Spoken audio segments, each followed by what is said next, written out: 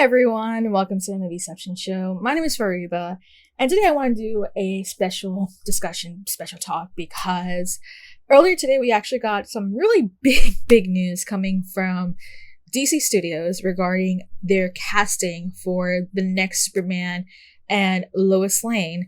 And let's just say the internet has definitely blown up in a big way. So yeah, officially today it was confirmed that our next Superman is going to be played by David Corenswet. I hope I'm pronouncing that right.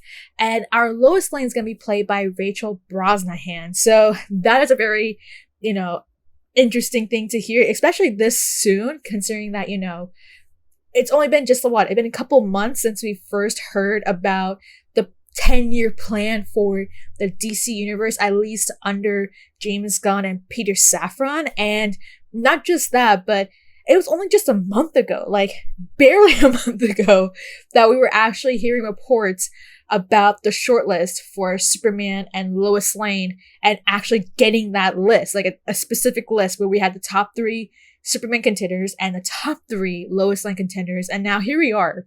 We finally gotten our, our next Superman and our next Lois Lane. So, I'm going to kind of just, go back a little bit just to kind of discuss about just this whole timeline with this whole choice. Because, of course, going back, Peter Safran and James Gunn took over as DC, as at least co-heads of DC Studios. And of course, after that kind of started back, November 2022, we started to hear reports about, how they're basically going to scrape all the remaining films that were already made that were part of the previous era, and how they're going to basically kind of start on a clean slate, right?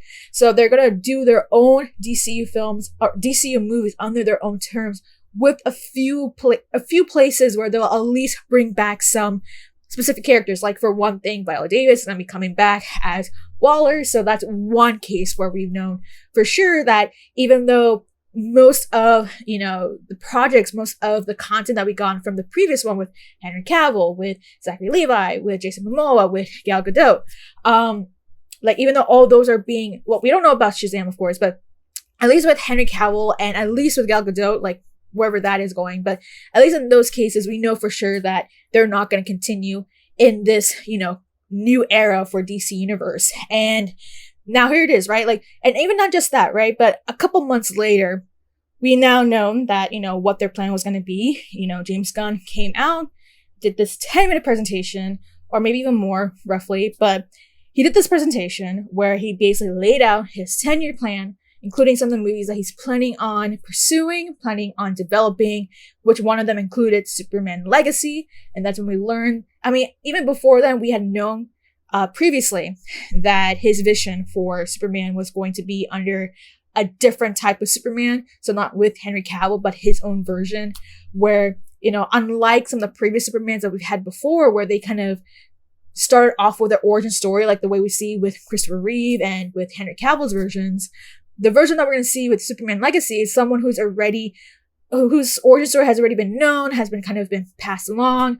And not just that, but I think the big part of it is that this is going to be a world where, superheroes already existed. So they didn't have to go back to kind of square one to start off the whole thing. They're kind of just let's just already kind of jump into it, without having to, bring back and restart so many other things. It's not really necessary. We all kind of know the gist of how the universes work. We kind of already know the gist of Superman and Batman story. How many more times do we have to see Martha and Jonathan die? How many times do we have to see, Jonathan Kent die, right? So in that case, it seems like he's going to go straight into kind of the midway point of Superman's, legacy, hence Superman Legacy. And that's where he's going to start. This is where he's going to basically launch his new era of DC Universe. We've known that. This is something that he said back in that presentation, alongside the fact that, some other films that he's going to do, or at least pursue, are going to be Brave and the Beautiful, which is, I believe, is that Batman movie. And then I think there was one that was Gold Booster or something like that. And then there was the Monsters and Gods. There's a lot of things that were announced, but of course the big one that everyone was keeping an eye on for, the one that really kind of struck everyone's eyes, how everyone was just kind of paying attention to, is that Superman Legacy movie. Because at this point, that's going to be the one that's going to initiate this phase, this universe that's going to be under James Gunn. Now, of course, like going into it, we eventually learned that not only is James Gunn involved with the writing process for that film, but he's also going to be the director for it. Now, of course, we all know how James Gunn has processed with these superhero movies. This is not his first get-go with it. I mean, let alone like with a DC movie, but just superhero in general. So, of course, like the Guardians movies, then, the Suicide Squad, Peacemaker. So it makes sense for him to take over and, helm the film Superman Legacy, because this is going to be the one that's going to be kind of the critical point for not just the DC universe, but for Warner Bros. If they ever want to see, some success out of their superhero genre, because it's been pretty iffy. We've been seeing with the box office recently with Black Adam, with Shazam, and then of course recently with The Flash, where it literally bombed big time in its second week, having the worst DCU like second weekend drop ever in history, right? And then the second worst in the superhero genre, just behind Morbius, right? So not a very good sign for Warner Bros. Things are not looking great for them, especially with the remaining movies that they still have left. They still have Blue Beetle, they still have Aquaman 2. And I mean, I'm not even gonna talk about Aquaman 2, so who knows how that's gonna work out. But we all know that after these remaining movies comes out, this is gonna be it. Superman Legacy is going to be the one that everyone's it's gonna be like the do or die moment. Like, can James Gunn really kind of, in a way, revamp, not just revamp, but really rejuvenate the interest for the DCU, because it's been a mixed bag in the last few years, especially in the last decade. Because, I mean, again, Man of Steel was the one that initiated this, the previous era of the DC universe, or DCEU. And now here it is. We're dealing with another Superman character, another Superman film that's going to basically launch a new phase for DCU. So, lots of big things, lots of risks, lots of, stakes going on in terms of going into Superman Legacy. So, yeah, that was all that was going around with this whole sort of situation with this phase of the DCU. Now, of course, a month ago, the Hollywood Reporter had, published this article where they had talked about the shortlist for Superman as well as Lois Lane. And of course, the top 3 list included David Corenswet, if I'm pronouncing that right. Of course, Nicholas Hoult, we know him a lot, as well as one name, I believe it was like Tom Brittney or something like that. Tom Brittney, which I'm not too familiar with. And then, of course, when it came to Lois Lane, we had Phoebe Driver. I can't pronounce her name correctly, but she's from Bridgerton. And then we had Rachel Brosnahan as well as Emma McKee. So some of the names that were very familiar for me. Like for me, I already knew Rachel Brosnahan from Marvelous Mrs. Maisel. She has actually won Emmys for her role in the show. So she's like pretty critically acclaimed. Then we have Emma McKee. She is one of the youngest rising stars out there. She's about to be starring in Barbie. Her breakthrough role was actually made in Sex Education, so she probably may know her from there. And then, of course, Phoebe Driver, she's from Bridgerton. She played Daphne from the first season for that show, and she became a rock star ever since then. So, and then, of course, when you go look into the male list with the superhero short list, we have Nicholas Hoult. He's probably the most veteran out of everyone in that list. He has the most experience. He's actually been in superhero movies before because he played Beast in the X-Men movies. So back when it was with Fox Studios. And not just that, but he is someone who has, really been getting a lot of attention recently because he has been getting a lot of big projects. So he did The Great. He got a lot of acclaim for that. Of course, he did Renfield, even though the movie didn't do so well. He got a lot of critical acclaim for that. He got a lot of praises for his performance as Renfield. And of course, for me, I am a bit familiar with David Corenswet, which I'll go in a second. And then, of course, Tom Brittney was one I probably was the least familiar with. So, having said all of that, right? It was just only about the last few weeks that we were getting reports about the screen testing, the fact that they were auditioning them, that they were finally getting down to kind of the final nail of deciding who was going to be the next Superman and Lois Lane. Just this weekend, I believe they were just doing screen tests, or the week before. So that was kind of the big thing. There was a lot of confirmations about the shortlist. So that was another thing that was going on.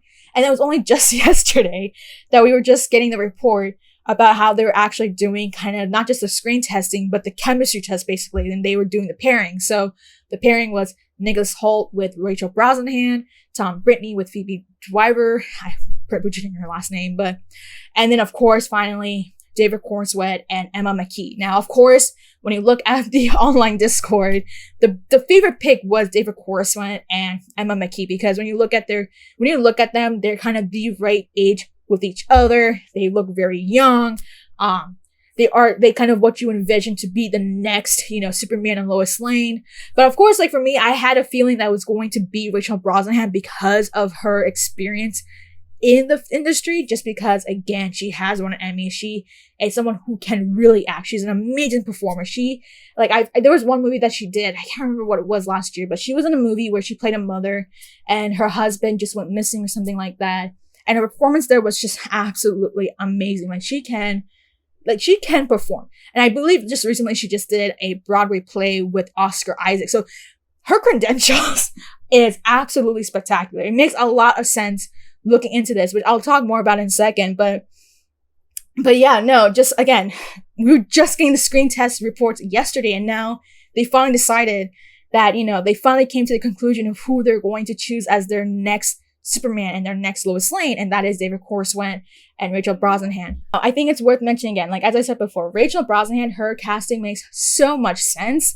For one thing, again, she's a critically acclaimed actor. She has won Emmys. I don't know if she won multiple. I know for sure she won maybe her first season for Marvelous Mrs. Maisel, but she is critically acclaimed. She has done Broadway. She's acted alongside, or I don't know if it's Broadway, but she's definitely done plays, theoretical plays, alongside Oscar Isaac, and she has her experiences on the big screen. So it makes a lot of sense how she got the role of Lois Lane. She has someone who has such great resume, or great credentials. She can absolutely act. There's no doubt about it. I think the fact that she did get Lois Lane, it's big. I think the fact that, even for me, I was just thinking, man, she kind of gives off the vibes of Lois Lane, someone who's very mature, someone who's really on to the point of being the journalist who wants to get the story out there, trying to figure out the truth, right?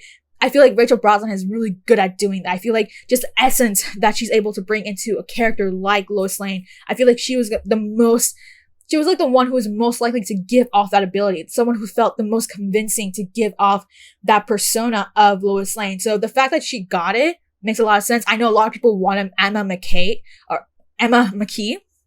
because of the fact that she is a rising star. She has been starting a lot of great projects recently, and it makes a lot of sense because her age and David's kind of meshes very well. But I mean, I definitely I didn't really get the strong vibe of her being Lois Lane, but it doesn't really matter. I think they all seem like great contenders to be Lois Lane. Of course, when we are looking at Superman, I think we all kind of knew who was probably going to be the front runner, and that was going to be David Cornsweet. It just seemed pretty obvious at that point. Let's be honest, out of all the three contenders, who kind of looks the most, similar in features to not just Henry Cavill, but to Christopher Reeve. And it was David Cornsweet. I think there was no doubt about it. It just seemed like he was kind of destined to be him. And I'll talk about his project in a second, because I'm actually very familiar with his work.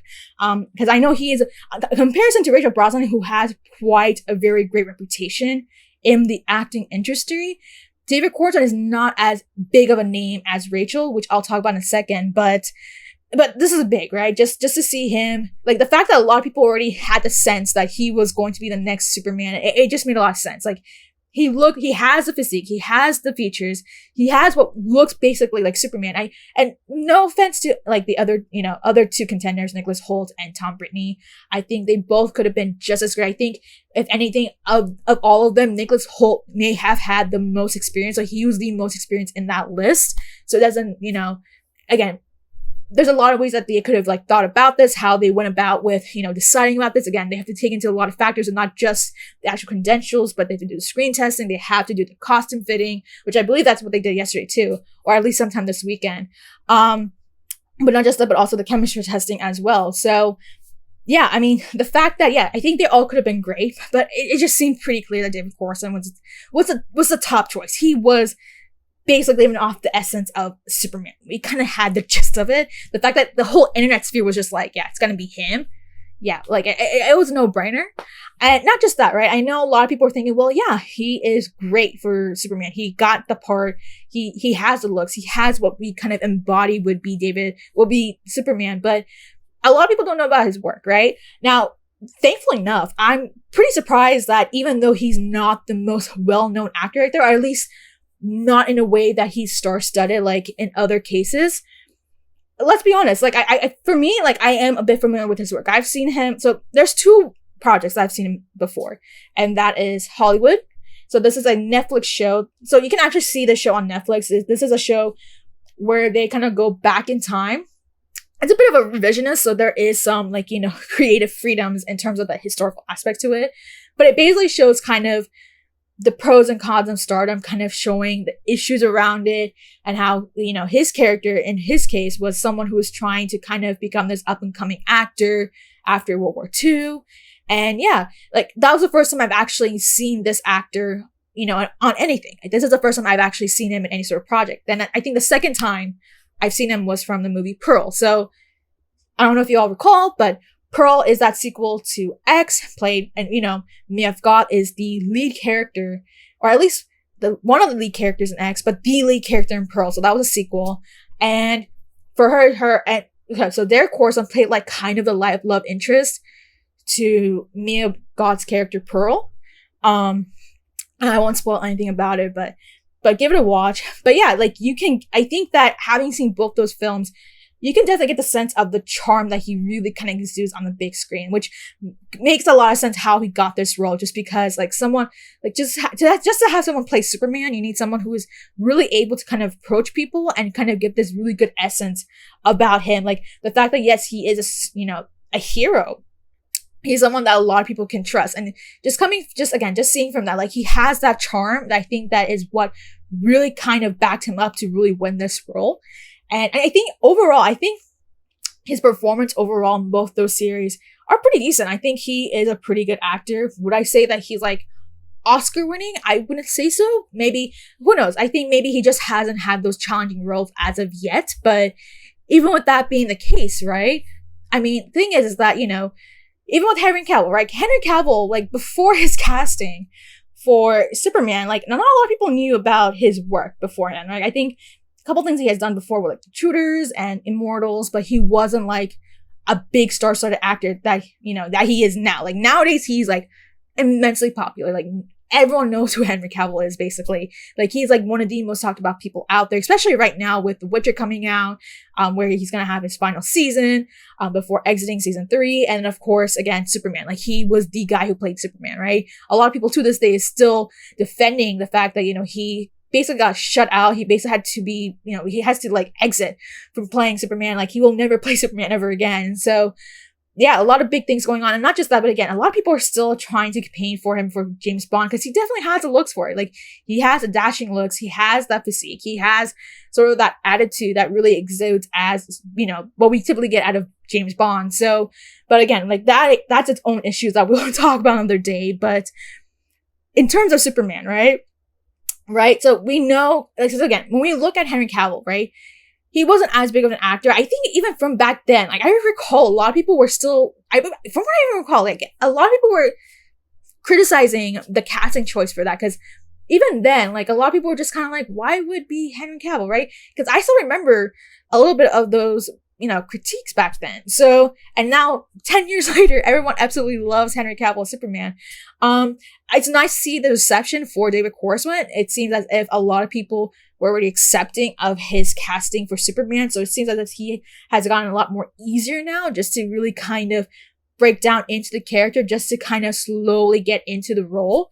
But yeah, I mean, just to see that this, casting announcement just came out so soon, right? Like it was just about a month ago that this story just came out, and then just how quickly the whole auditioning process went through. Like I'm very shocked, because a lot of times when I hear about superhero castings, right, it takes about a couple months, right? Maybe they did start a couple months, and maybe that's where we got to shortlist. But yeah, that seemed pretty quick. I mean, again, I think with the report that we got today, with the casting, the announcement, James Gunn himself had said that, this is all true. For once, we're actually getting a tweet by James Gunn saying that this is actually true. This is real. This is actually happening. This is not fake. This is not BS. This is a real story. This is true. The announcement is true. It's correct. It's like, wow, for once we finally got a tweet where he's actually addressing the credibility of something that is actually true. So that is insane. I know Rachel Brosnahan had actually posted on her Instagram and posted a story of the Hollywood Reporter announcing the official casting for Superman Lois Lane that basically kind of solidified it as well. So yeah, I mean, this is insane just to see how quickly we got to this point.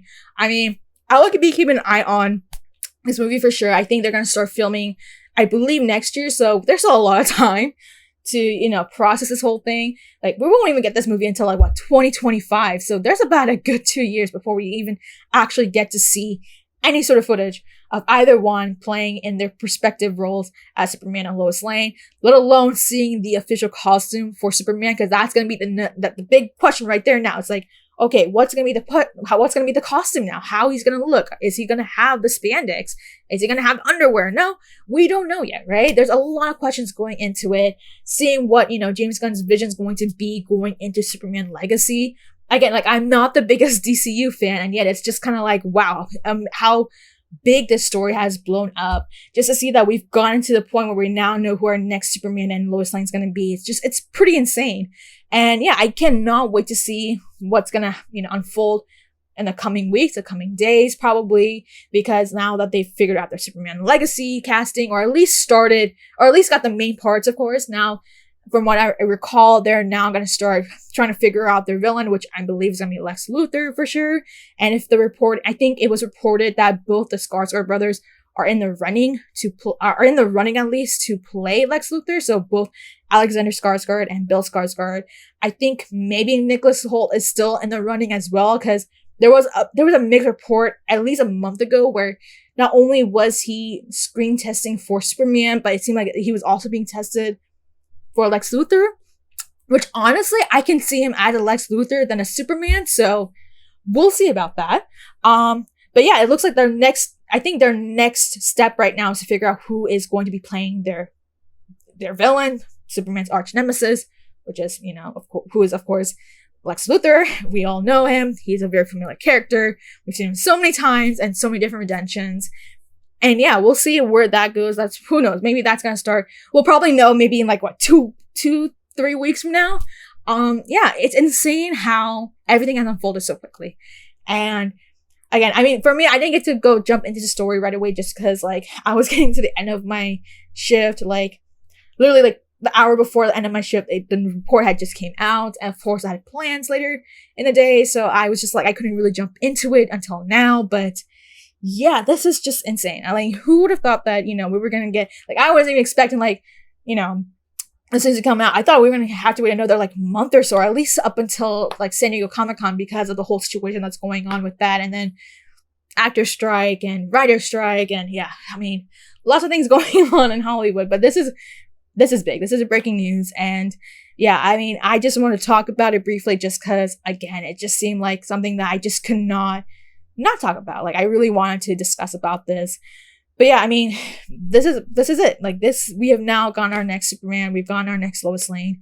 What are your thoughts about it? I mean, I'm assuming a lot of you are trying to grapple with this whole report, this whole announcement right there. It's basically been confirmed. James Gunn has said it. Richard Brosnan has said it. This is happening. What are your thoughts about this? I want to know what you think, because I said my take on this, and I think that they both are very good picks for their respective roles. I think that each of them have given their qualities that really make them qualify to really play their respective roles. And I am very, very curious to see where this movie is going to go, especially again, just to see what Gunn's vision is going to be for this film, as well as setting up the rest of the DCU. But I think that's all I have to really mention, because again, this is just what we're getting right now. But what are your thoughts about this report? What are your thoughts about David Coruscant as Superman, as well as Rachel Brosnahan as Lois Lane? What are your thoughts about this final casting? Do you like it? Do you not like it? Maybe you thought the other the other contenders were maybe better for the role. Were you still rooting for Emma McKee, or maybe this is the right thing? What are your thoughts about that? What do you think is going to happen going into this? What are your thoughts about who could be playing Lex Luthor? Because now that's probably going to be the next step going into a movie for Superman Legacy. Like, who's going to be playing Lex Luthor? Is it going to be Skarsgård Brother? Is it going to be, Nicholas Hoult with his second chance to really kind of be in this film? Or is it going to be someone else? And what are your thoughts overall about just the reporting? What are your thoughts about basically James Gunn's vision going into this new phase for DCU? Is it promising? Is it a good sign for you? Knowing that, they've really gone through this very quickly. What are your thoughts about that? Are you really confident about James Gunn's abilities to really kind of take up, helm this whole, not just helm the movie, but just this whole, studio, this whole universe that he has on the palm of his hands? What are your thoughts about that? Do you think he can really succeed and really change the direction for DCU? Is this a good sign for Warner Bros? Let me know in the comments down below, and make sure to like and subscribe.